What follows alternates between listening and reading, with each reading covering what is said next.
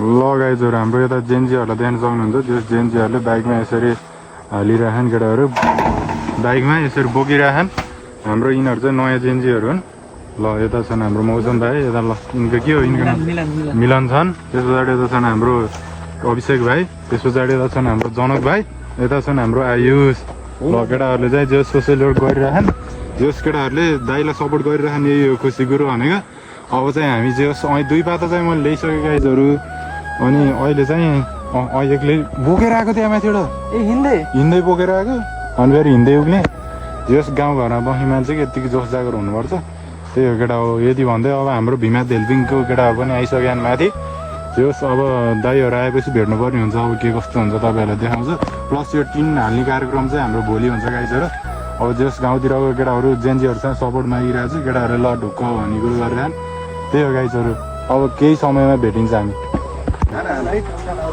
यता मौसम भाइ चाहिँ कडा तरिकाले बोकिरहेछन् ल केटा बोकाउनु आएर एक घन्टा उठा केटा ल उठाऊ अभिषेक भाइ उठाऊ यता मिलन भाइ सबजनाहरू उठाऊ केटा सबै त नउठाऊ तातो रिसमा नआउन केटा ल गाइजहरु म चाहिँ माथितिर जाँदैछु अब है जोस् यो चाहिँ भ्लग बनाइदिउँ भन्ने जोस जागरको साथ हो जोस् अब भोलिको काम भनेको हाम्रो यो टोटली केटाहरूलाई मैले जोस भनिरहेको छु केटाहरूले साथ दियो भने ठिकै छ नत्र म खुद पर्सनल पैसा हालेर बनाउने जोस जागरको साथ आइरहेको छु कता हुनुहुन्छ ल बुवा मात्रै हुनुहुन्छ क्या हो आमा आउनु भएन बुवा ए ल भन्नु लगाइजोर यता हुन्छ हाम्रो सुभाष दाइले चाहिँ जोस ऋतिक भाइलाई फुल सपोर्ट गरिराख्नु भएको छ यति बेला लगाइजोर हामी चाहिँ अब जोस टिन लिएर आइसक्यौँ यहाँ अब ट्यागको लाएर भन्नुपर्दा अब जोस यस्तो छ हालत है गाइजहरू जोस एकदमै नाजुक नै भएर जोस मैले हाम्रो भिमा हेल्पिङ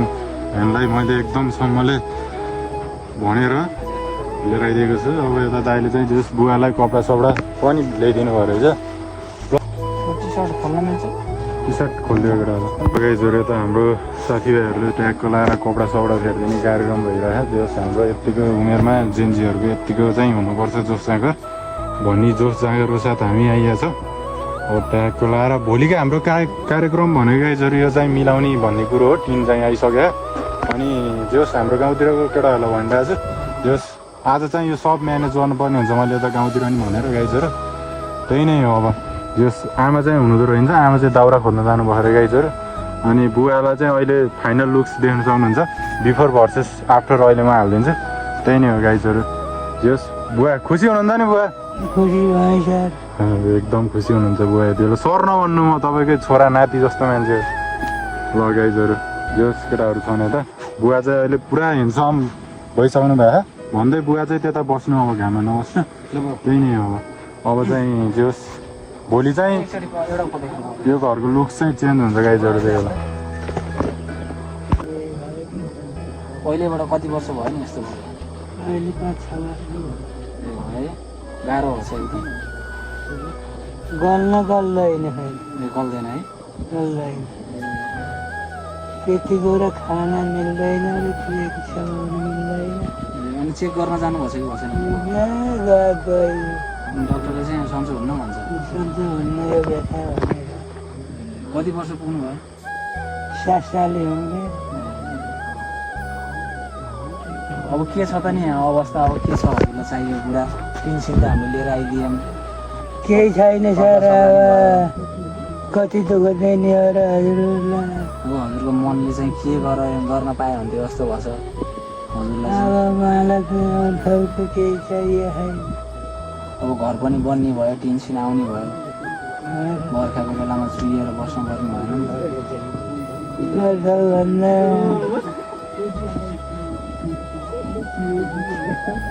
भन्नै गरी सार्न लाउने भनौँ न अलिअलि पैसा यस्तो हो कि हाम्रो संस्था त्यस्तो धनी संस्था पनि होइन अहिले भर्खरै खोलेको 3 महिना जति भयो अहिले चाहिँ हामीले के गरिरहेछौँ भन्दा जहाँ जहाँ दुःख हुन्छ पीडा हुन्छ त्यहाँ मान्छेहरूलाई गएर सहयोग गर्ने गरिरहेछौँ सुन्नुभयो नि संस्था धनी जस्तो संस्था भयो भए हजुरलाई अझै हामीले धेरै गरिन्छ अहिले चाहिँ हाम्रो यो पहिलो प्रयास हो हजुरलाई अब पछि नै गरिहालिन्छ विगतको दिनहरूमा केही दुःख परेन त्यहाँ ऋतिक भाइलाई भन्नु उसले पनि सहयोग गरिरहेछ हजुरलाई अझै पनि गर्छ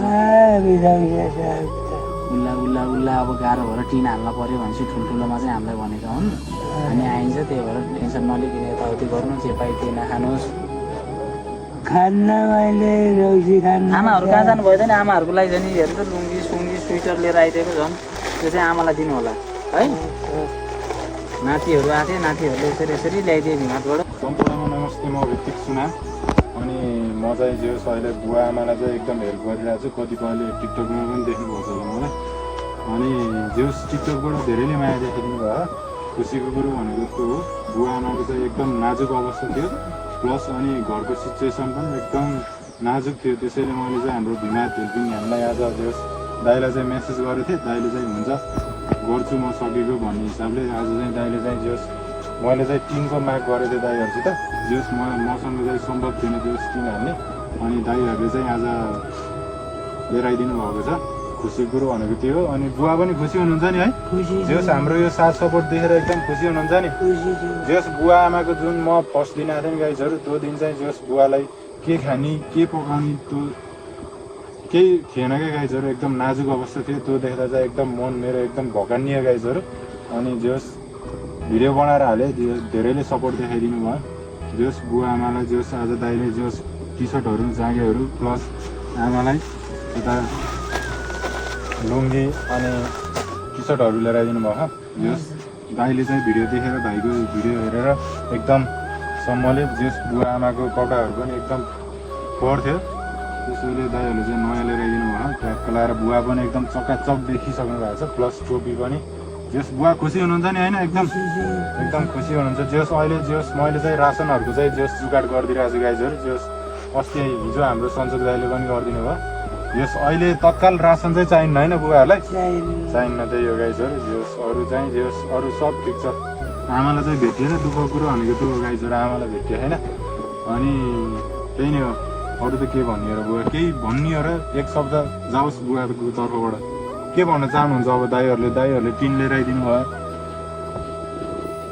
केही भनिदिनुहोस् दाइहरूलाई।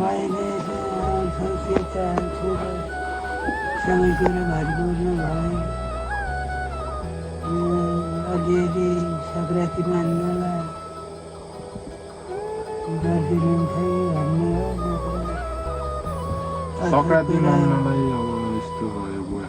यस बाहिरबाट मलाई पैसा आएको छ बुवा। अब तपाईँहरूलाई अब सङ्क्रान्तिको लागि उसै छैन भने त अब जस त्यो पैसा चाहिँ तपाईँहरूलाई दिन्छु म। जस अनि रक्सी सक्सी त खानुहुन्न नि बुवा होइन? कति खानुहुन्न नि? आमाले नि खानुहुन्न नि?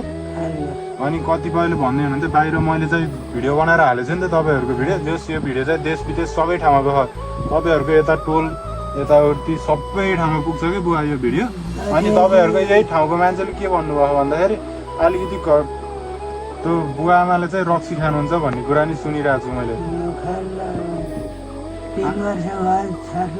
आमाले नि खानुहुन्न नि है? त्यस्तो खानुहुन्न है? फेरि कसैले हेल्प गर्नुहुन्न तपाईँहरूलाई जति त्यस्तो गर्नुभयो भने चाहिँ त्यस्तो चाहिँ गर्नुहुन्न। त्यही हो जस पैसा चाहिँ ठिक ठाउँमा एकदम सही गर्नुपर्छ। त्यही हो बुवा, अरू त के भन्ने हो। जस रक्सी चाहिँ खानुहुन्न, फेरि तपाईँहरूले रक्सी खाएको थाहा पाउनु भयो है? कसैले हेल्प गर्नुहुन्न तपाईँलाई? होइन होइन त्यस्तो खानु भएन, खानु हुँदैन बुवा, खानु हुँदैन है, रक्सी खानु हुँदैन। जस अब भोलि चाहिँ जेस अब म तपाईँको जे जस्तो भयो भने तपाईँकै ठाउँको मान्छे हो, तपाईँको छोरा नाति जस्तो हो। जस मैले श्रमदानको लागि चाहिँ हाम्रो साथीहरूलाई भनिरहेको छु बुवा, जस यताउति भोलि चाहिँ मर्मत सर्मत हुन्छ तपाईँको घर। भोलि गर्दा कसो होला बुवा? भोलि मर्मत गर्दा